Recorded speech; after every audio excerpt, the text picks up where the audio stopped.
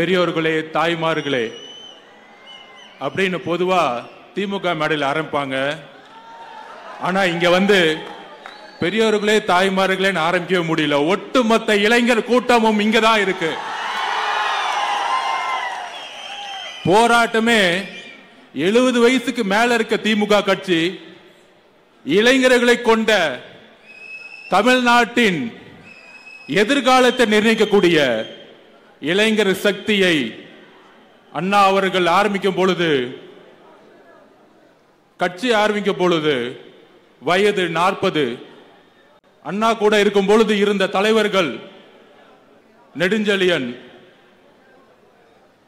கருணாநிதி அவர்கள், மிகப்பெரிய தலைவர்களாக இருக்கக்கூடியவர்களுக்கு வயது 25, 27. ஆனால் இன்றைக்கு திமுக நம்மளை பார்த்து இந்த இளைஞர்களுக்கு என்ன தெரியும் என்கிறத நம்மளை பார்த்து கேட்டுட்டு இருக்காங்க. நண்பர்களே,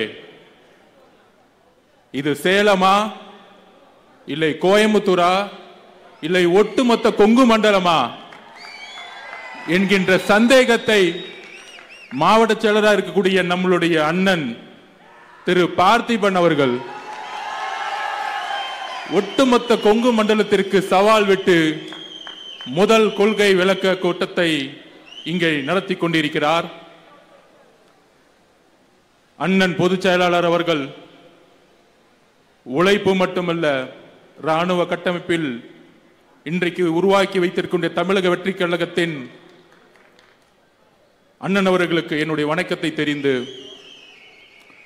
சேலத்தின் மண்ணின் மைந்தன் தன்னுடைய பதவி, ஒரு சுகமான வாழ்வு, தன்னுடைய படிப்பு, தன்னுடைய எதிர்காலம் எல்லோற்றையும் தூக்கி எறிந்து இந்த வயதில் சேலம் மக்களுக்காகவும் தமிழ்நாட்டு மக்களுக்காகவும் தன்னுடைய பதவியை துறந்து இன்றைக்கு நம் முன் மக்கள் சேவைக்காக வந்திருக்கூடிய என்னுடைய ஆருயிர் நண்பன் திரு அருள்ராஜ் IAS அவர்களே,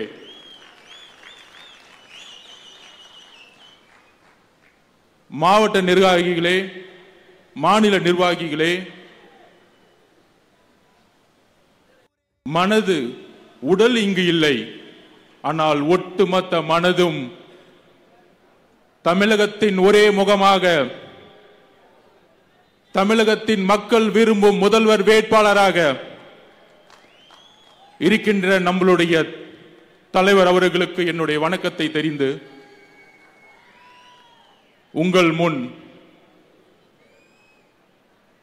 என்னுடைய கருத்துக்களை பகிர விரும்புகிறேன். கொள்கை, அதாவது நம்ம IRS சொன்னாரு, IAS ஆபீசர்லாம் போட்டு இன்னைக்கு வந்து பிரஸ் கான்ஃபரன்ஸ் கொடுக்கறாங்க. அது ஏன்னா பேசி பேசி வளர்ந்த கட்சிக்கு இன்னைக்கு பேசுறதுக்கு ஆளே இல்லை. அதான் பிரச்சனை. திமுக பேசுறதுக்கு யாரா இருக்காங்களா பாத்திருக்கீங்களா? டிவியில வந்து பத்திரிகையாளருங்கிற போர்வையில ஏதாவது ஒரு அமைச்சரோ ஒரு MLAவோ யாராவது ஒரு ஆள் வந்து என்னுடைய கொள்கை, என்னுடைய ஆட்சி, என்னுடைய முதல்வர், என்னுடைய துணை முதல்வர் எவ்வளவு சிறப்பா நிர்வாகம் பண்ணிட்டு இருக்காரு பாத்தீங்களா அப்படின்னு சொல்றதுக்கு யாரா வராங்களா? ஏன் வரல? நம்ம ராஜ்மோகன் அண்ணனை பார்த்து கடுமையான கேள்விகள். நம்ம ஏதோ 50 வருஷமா ஆளுங்கட்சி ஆகி, நம்ம ஏதோ நம்ம புலவைக்கு துணை முதலமைச்சர் கொடுத்து, நம்ம ஏதோ மெடிக்கல் காலேஜ் கட்டி ஏதோ ஊழல் பண்ணிட்டு இருக்க மாதிரி நம்மளை பார்த்து இவ்வளோ கேள்விகள் வந்துட்டு இருக்கு. ஆனால் திமுக பத்தி எந்த கேள்வி கேட்கவே மாட்டாங்க. ஏன்னா அவன் பத்திரிகையாளனே கிடையாது. எல்லாம் கட்டிங்க, டெய்லி கட்டிங் போயிட்டு இருக்கு. கமிஷனே கட்டிங்க, ஷேர், இதுதான் மேட்ரு. மொத்தமே அவ்வளவுதான். திமுக அவ்வளவுதான். டெய்லி கட்டிங் அடிக்க தெரியணும், கமிஷன் அடிக்க தெரியணும், ஷேர் பண்ணணும், கட்டிங் அடிக்க தெரியணும். இதுக்கு பத்திரிகையாளர் டிவியில உட்கார்ந்து டிபேட் பண்ணிட்டு இருப்பாங்க. தோழர்களே, எப்படி இளைஞர் கூட்டம் அண்ணாவோடு ஒரு புதிய ஆட்சியை உருவாக்கியதோ அதெல்லாம் எப்பயுமே ஒரு டிபேட் பண்ணுவாங்க. திமுகவுக்கும் உங்களுக்கு என்ன வித்தியாசம்? இதோ வரேன் சொல்றேன் என்ன வித்தியாசம். அதுக்கு தான் பதில் கொடுக்கிறோம். 67 அண்ணா ஆட்சி அமைக்கும் பொழுது ஒரு கொள்கை ஆட்சியை உருவாக்கினார், ஒரு கொள்கை திமுகவை உருவாக்கினார். எம்ஜிஆர் அவர்கள் 1952 இருந்து திமுகவுடன் பயணம் செய்து கடுமையான போராட்டங்களிலும் பங்கெடுத்து அண்ணாவுடைய திடீர் மறைவிற்கு அப்புறம் தமிழகத்தில் ஏன் இந்தியாவில் மாநில கட்சியாக திமுக முதல் முறையாக ஒரு நேஷனல் பார்ட்டியை எதிர்த்து ஒரு ஆட்சி அமைச்சது அண்ணாவுடைய கொள்கையினாலும் தேர்தல் அரசியலாலும் மக்களுடைய செல்வாக்கினாலும் இளைஞர்களுடைய பட்டாளத்தினாலும். ஆனால் இயற்கை அவரை உயிரை வாங்கிய பிறகு எம்ஜிஆருடன் துணையுடன் திரு கலைஞர் கருணாநிதி முதலமைச்சர் ஆனார். அன்றைக்கு எம்ஜிஆருக்கு புரியல, தன்னுடைய நண்பன் முதலமைச்சர் ஆகணும்னு நினைச்சாரு, கொள்கைவாதி நினைச்சாரு. ஆனா 71 மிகப்பெரிய வெற்றி பெற்ற பிறகு 180 தொகுதிக்கு மேலும் வெற்றி பெற்ற பிறகு அப்பொழுதுதான் புரிந்தது எம்ஜிஆர் அவர்களுக்கு அண்ணா உருவாக்கிய கொள்கை திமுக இல்லை, இது கொள்ளை திமுக என்பதை எம்ஜிஆர் உணர்ந்தார். அந்த எம்ஜிஆருடைய ஒரே உணர்வில் எப்படி அன்றைக்கு தீய சக்தி என்று ஒரு குடும்பம் தமிழ்நாட்டை ஆண்டு கொண்டிருக்கிறது என்பதை உணர்ந்து எப்படி எம்ஜிஆர் அவர்கள் அண்ணா திமுகவை உருவாக்கினாரோ, இன்றைக்கு தமிழக வெற்றி கழகம் தலைவர் விஜய் அவர்கள் அதே உணர்வுடன் சமூக நீதி பேசி, பெரியாரிசம் பேசி, மார்க்சிசம் பேசி, எல்லாவற்றையும் பேசி பேசி பேசி பேசி எதிர்கட்சியாக இருக்கும் பொழுது ஒரு நிலைப்பாடு. ஆனால் எதிர்கட்சியாக இருந்து ஆளுங்கட்சியான ஆளுடன் கொள்ளை மட்டுமே ஒரே கொள்கையாக இருக்கக்கூடிய அமைச்சர்களையும் ஒரு குடும்பத்தையும் உருவாக்கியதுதான் கலைஞருடைய வெற்றி. கலைஞர் கூட ஒத்துக்கலாம் ஒரு விதத்துல, கொள்கையில சில இடத்துல பெரியாருடைய கொள்கையில ஒத்து போவாரு, ஊழல குடும்பம் முழுசும் பரப்பிடுவாரு.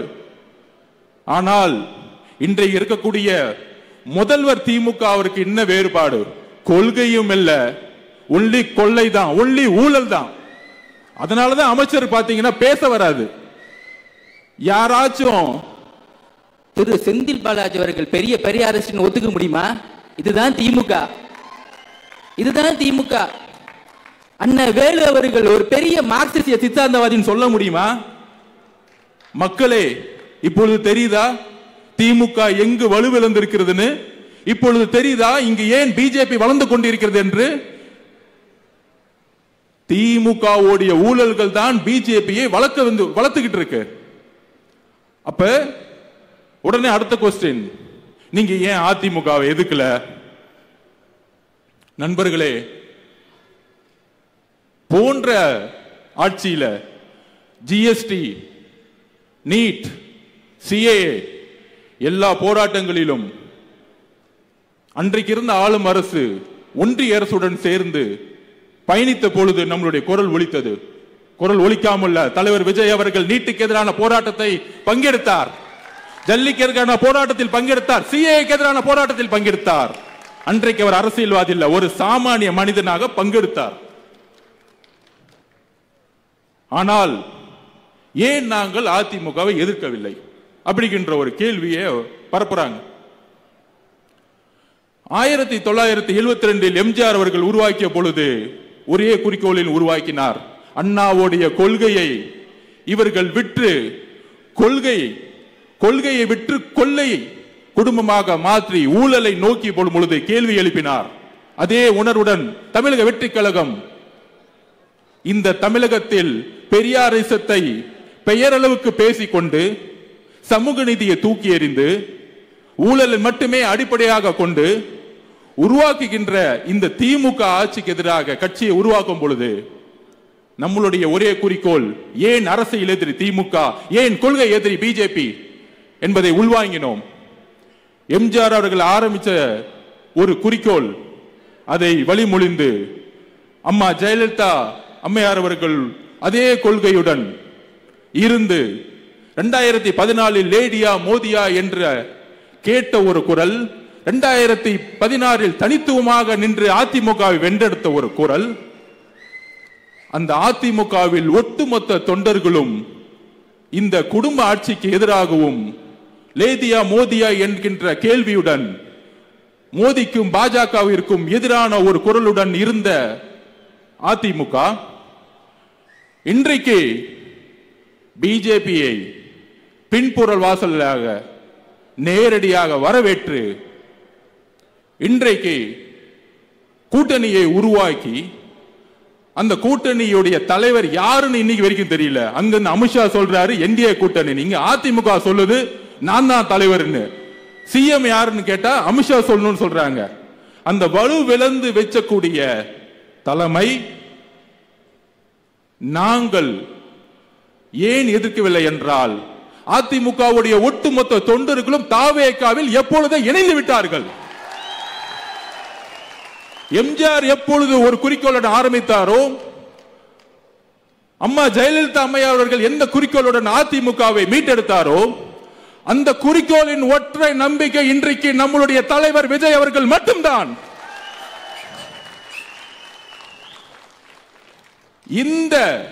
இந்த கொள்கை, இந்த கொள்கையற்ற அரசியல்னால் தான் இன்றைக்கு திமுக சுலபமா லாஸ்ட் 3 தேர்தலில் வெற்றி பெற்றது. ஆனால் இனி வெற்றி பெற முடியாது. ஏனால் உங்களை எதிர்த்து அரசியல் செய்யக்கூடியவர்கள் பிஜேபியிடம் சரணடைந்த தலைவர்கள் அல்ல.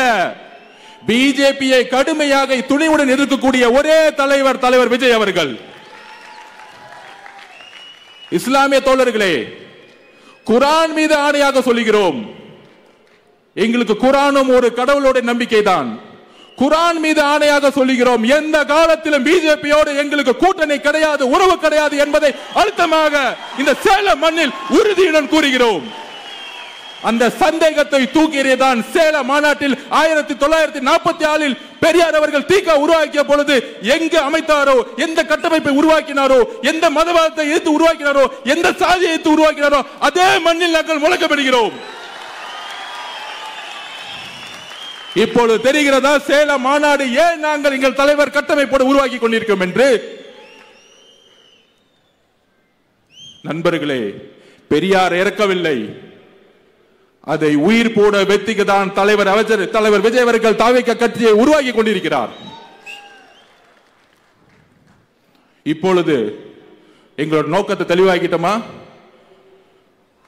எங்கள் நோக்கம் ஒட்டுமொத்த அதிமுக தொண்டர்களும் தாவேகாவுடன் எப்பொழுதோ இணைந்து விட்டார்கள். எங்களுடைய ஒரே குறிக்கோள் அரசியல் எதிரி திமுக, கொள்கை எதிரி பிஜேபி. ஒரே முதல்வர் வேட்பாளர், தமிழகத்தின் மக்கள் முதல்வர் வேட்பாளர் எங்கள் தலைவர் விஜய் அவர்கள்.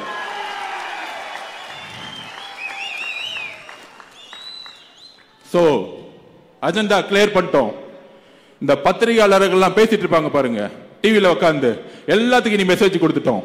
போன ஆட்சி ஏன் பத்தி பேசல, போன ஆட்சிக்கு முன்னாடி என்ன பேசல, அடுத்த 4 மாதங்கள் உங்களுக்கு புரியும் எப்படி ஒரு புரட்சியை தலைவர் விஜய் அவர்கள் உருவாக்க போகிறார்.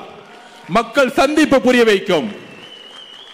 திமுக கூட்டத்துல கவர்மெண்ட் பஸ்ஸை யூஸ் பண்ணி கூட்டத்தை கூட்டி திமுக காரங்க தன்னுடைய நிர்வாகத்தை பத்தி பேசாம தாவேகாவை எப்படி திட்டணும்னு சொல்லிட்டு பேசிட்டு இருப்பாங்க. சோ நமக்கான குறிக்கோள் செட் ஆயிருச்சு, நமக்கான அஜெண்டா செட் ஆயிருச்சு. தேர்தல் என்பது யுத்தம், யுத்தத்திற்கு நாம் தயாராக வேண்டும். அப்படி உடனே கேட்பாங்க, தாவேகாக்கு கட்சியோடைய பலம் இல்லையே, அங்கெல்லாம் இளைஞர் கூட்டம் தானே இருக்கிறாங்க. ஒன்னே ஒண்ணு புரிஞ்சுக்கோங்க, 1967 அண்ணா ஜெயிக்கும் பொழுது ராமநாதபுரத்தில் ஒரு மிகப்பெரிய மன்னர் குடும்பம், அதை எதிர்த்து வெற்றி பெற்றவர் சாதாரண குதிரை வண்டியை ஓட்டிட்டு இருந்த ஒரு சாதாரண ஆள். 77 யார் யாரெல்லாம் ஜெயிச்சா? நம்மள மாதிரி இளைஞர்கள். நம்மளால் முடியும், நம்மளால் முடியாது எதுவுமே கிடையாது. சோ அந்த உணர்வை நம்ம உருவாக்கணும். நான் இன்றைக்கு சொல்லுகிறேன், இதே சேலம் மாநகரில் 11 எம்எல்ஏ சீட்டும் நம்ம ஜெயிக்க முடியும். அதற்கான சூழலை நம்ம ஏற்படுத்துவோம். ஒட்டுமொத்த கொங்கு மண்டலம் நமக்காக திரும்பும். ஆனால் அதற்கான போராட்டத்தை நாம் உருவாக்க வேண்டும். நம்மளுடைய அஜெண்டாவை எல்லாம் செட் பண்ணி இன்னைக்கு இவர் கூட கூட்டணி போவாரா, அவர் கூட கூட்டணி பண்ணுவாரா? நாங்க கூட்டணி பத்தியே பேசலையே. ஏன் கூட்டணி போட்டாதான் ஜெயிக்க முடியுமா? உங்களுக்கு வலு இல்லை, எங்களுக்கு வலு இருக்கு. எங்களுக்கு தெரியும் அப்படி ஜெயிக்கணும்னு.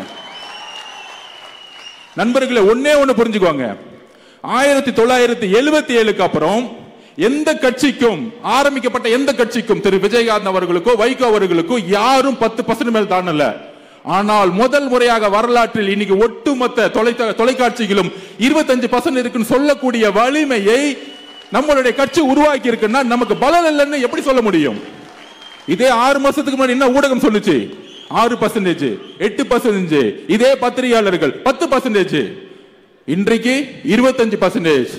அவ்வளவுதான். இன்னும் 8 மாசம் கழிச்சு 30% தலைவர் முதலமைச்சர் ஆயிட்டாருங்கிற உருவாக்குவோம். இங்க ஒரு அடிப்படை அரசியல் இல்லாமல், அடிப்படை மக்களுடைய சப்போர்ட் இல்லாம, அடிப்படை ஓட் பேங்க் சொல்றாமே, ஓட் பேங்க் கிடையாது, மக்களுடைய நம்பிக்கை இல்லாமல் கூட்டணியை உருவாக்க முடியாது. அது உதாரணம் சொல்லவா? ஒரு 3 நாளுக்கு முன்னாடி ஒரு பொய்யை உருவாக்கினாங்க திமுக. அதாவது காமராஜ் அவர்கள் கலைஞருடைய கையை பிடிச்சி ஜனநாயகத்தை நீங்க தான் உருவாக்கணும். என்ன ஒரு பொய்! 2 பேருமே உயிரோடு இல்ல. அல்ல ஒரு கட்டமைக்கிறாங்க. அதாவது என்ன கட்டமைக்கிறாங்கன்னா, திமுக காமராஜர் கலைஞருக்கே அவர்கிட்ட பொறுப்பை படைச்சிட்டு போயிட்டாராம். காங்கிரஸ் தோழர்களை ஒரே ஒரு வேலுசாமி அண்ணன் எந்திரிச்சு நின்று இன்னைக்கும் பேசிக்கிட்டு இருக்காரு. உண்மையா பேசிட்டு அடிச்சு வெளுக்கிறாரு. நான் இப்பதான் பாக்குறேன், ஒரே ஒரு காங்கிரஸ்காரர் தன்மானத்தோட வெளியே வந்து பேசிக்கிட்டு இருக்காரு. காங்கிரஸ் தோழர்களே, உங்களை உயிருடன் முழுகி கொண்டிருக்கிறார்கள் திமுக. நம்பிக்கைகள், உங்களுடைய கொள்கை. ஏன் காமராஜர் எடுத்தா, என்னுடைய கொள்கை தலைவர் காமராஜ் அவர்கள். நீ அங்க தொட்டா நான் இங்க அடிப்பேன். ஞாபகம் வச்சுக்கோ. காமராஜர் தொட்டா காங்கிரஸ்கார வரான்னு இல்லையோ, தாவேக்கா வரும், டிவிக்கா வரும்டா. என்ன போய் ஆட்சி இருக்கு, பணம் இருக்கு, அதிகாரம் இருக்குன்னா பிஜேபிக்கு உங்களுக்கு என்ன வித்தியாசம்? என்ன வேறுபாடு? அதே காவல்துறை வச்சு அடக்குமுறை. நேத்து ஒன்னு புரட்சிகரமா ஒரு பிளான் பண்ணாரு நம்ம பொதுச் செயலாளர். திருவள்ளூர்ல 10 வயசுல ஒரு பாலியல் பலாத்காரம் 9 நாள் ஆச்சு, கண்டுபிடிக்க முடியல. ஆர்ப்பாட்டம் நடத்த பர்மிஷன் கிடையாது. இனிமேட்டு ஆர்ப்பாட்டம் எப்படி தெரியுமா? போலீஸ் ஸ்டேஷன்ல மனு கொடுக்க வேண்டியதான். 5000 பேர் மனு கொடுப்போம், வாங்க ஸ்டேஷனுக்குள்ள போயிடலாம். எனக்கு ஆர்ப்பாட்டம் கொடுக்கல. எங்களோட போராட்டம் எப்படி இருக்குன்னா, நீ எனக்கு ஆர்ப்பாட்டம் கொடுக்கல, பர்மிஷன் கொடுக்கலன்னா நாங்க மனு கொடுப்போம் 5000 பேர் வந்து உங்க போலீஸ் ஸ்டேஷன்ல.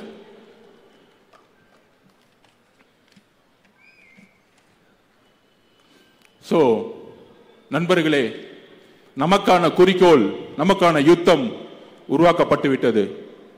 அதற்கான வேலைகளை, யுத்தங்களை, கடுமையான யுத்தம் தான். நீங்க சொல்ற மாதிரி பணம் பலம் இருக்கலாம், கூட்டணி இருக்கலாம். ஒரே ஒரு உதாரணத்தோடு முடிச்சுக்கிறேன். 2011 கலைஞரிடம் மிகப்பெரிய பணபலம் இருந்தது.